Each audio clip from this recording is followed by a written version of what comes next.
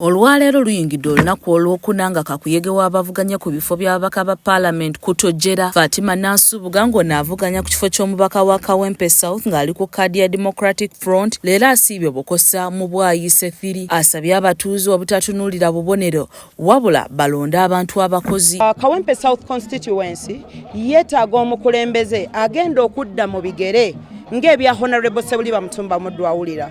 Ku mulundi guno tufunye nnyo abakulembeze ab'ekibogwe.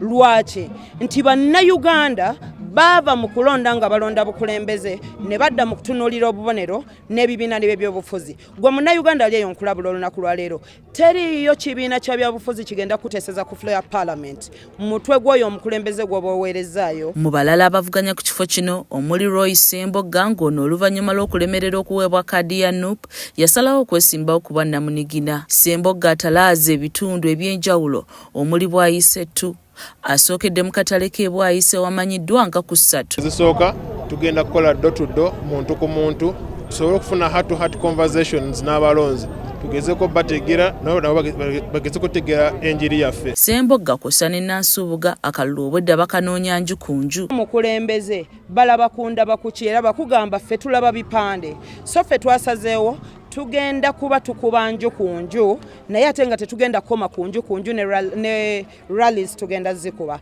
but after sensitizing our people nabo bamanye bwe tuba tugenda ku rally ya mukulembeze ekigwe tugendako tumumanyi oba tetumumanyi wamufe oba si wamufe. Padde Costa Tenywa ng'ono avuganya ku kifo ky'omubaka wa Makindye East ng'ono naye yasimbyewo ku bwannamunigina okusinziira ku ono obudde oba baweebwa okunoonyezaamu akalulu butono nnyo nga kati agamba waakweyambisa emitimbagano okutuusa obubaka bwe eri abantu. Kati emiruka tulina 10 mingi nnyo bw'ojja ku byalo pa parish tulina almost over 120 villages. So kitegeeza nti tulina okukola programu nga tukozesa nnyo social media, tukozesa nnyo networking, tufuna ba foot soldiers buli ku kyalo. Ate it's also very expensive. Baba National Unity Platform wansi w'enkola gye batuuma Umbrella Campaign olwaleero basiibye mu Nakawa East nga basagulira amyuka omwogezi w'ekibiina Alex Waiswa Mufumbirwa mu kaseera kano ng'ali mu kkomera e Luzira olw'emisango ejja muggulwako nga bakulembeddwamu akulira oludda oluwabula gavumenti mu Parliament kw'ossa n'abakwatidde National Unity Platform bendera mu Kampala batalaaza ebitundu eby'enjawulo nga bamuwenjeza akalulu oluvannyuma bakubye olukuŋŋaana mu Mbuya 1 mu kisaawe. Olw'okubanga olina omuntu gwe gwowagira tekufuuka musango nga Waiswa bamusibye okubayo n'ogamba nti ahanze kakati eno sayidi gye ndiko nga tekirina kuba musango. Tulina abaana bangi bali ebavumbira amakomera ba John Bosco Kibalama, Bakanata Muhammadi baani bali eyo bamachete tetumanyi nawa gye bali abamu bakibalama lwakubanga bo basalawo nti bankyukakyuka.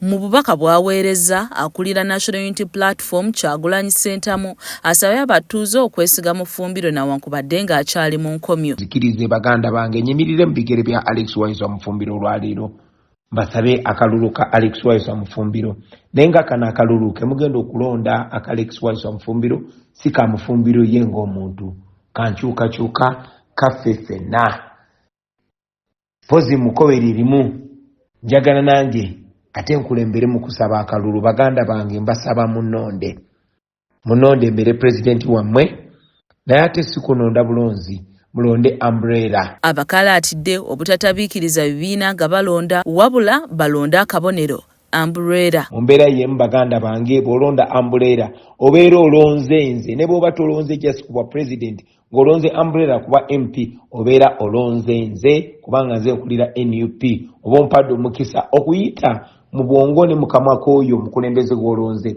okutuusa ebirowoozo by'ekibiina kyenkulembera. Joel Ssenyonyi nga ye mwogezi wa National Unity Platform ssaako ne Louis Lubongoya ng'ono yakwatidde ekibiina ki National Unity Platform bendera ku ky'omubaka wa Kampala Central bakwasizza Kato Kenneth mulongo wa Alex Waiswa Mufumbiro bendera okunoonyeza Waiswa akalulu mu butongole. Waiswa abaagala nnyo era ajja kubaweereza. National Unity Platform yafulumya manifesto tujja gitambulirako.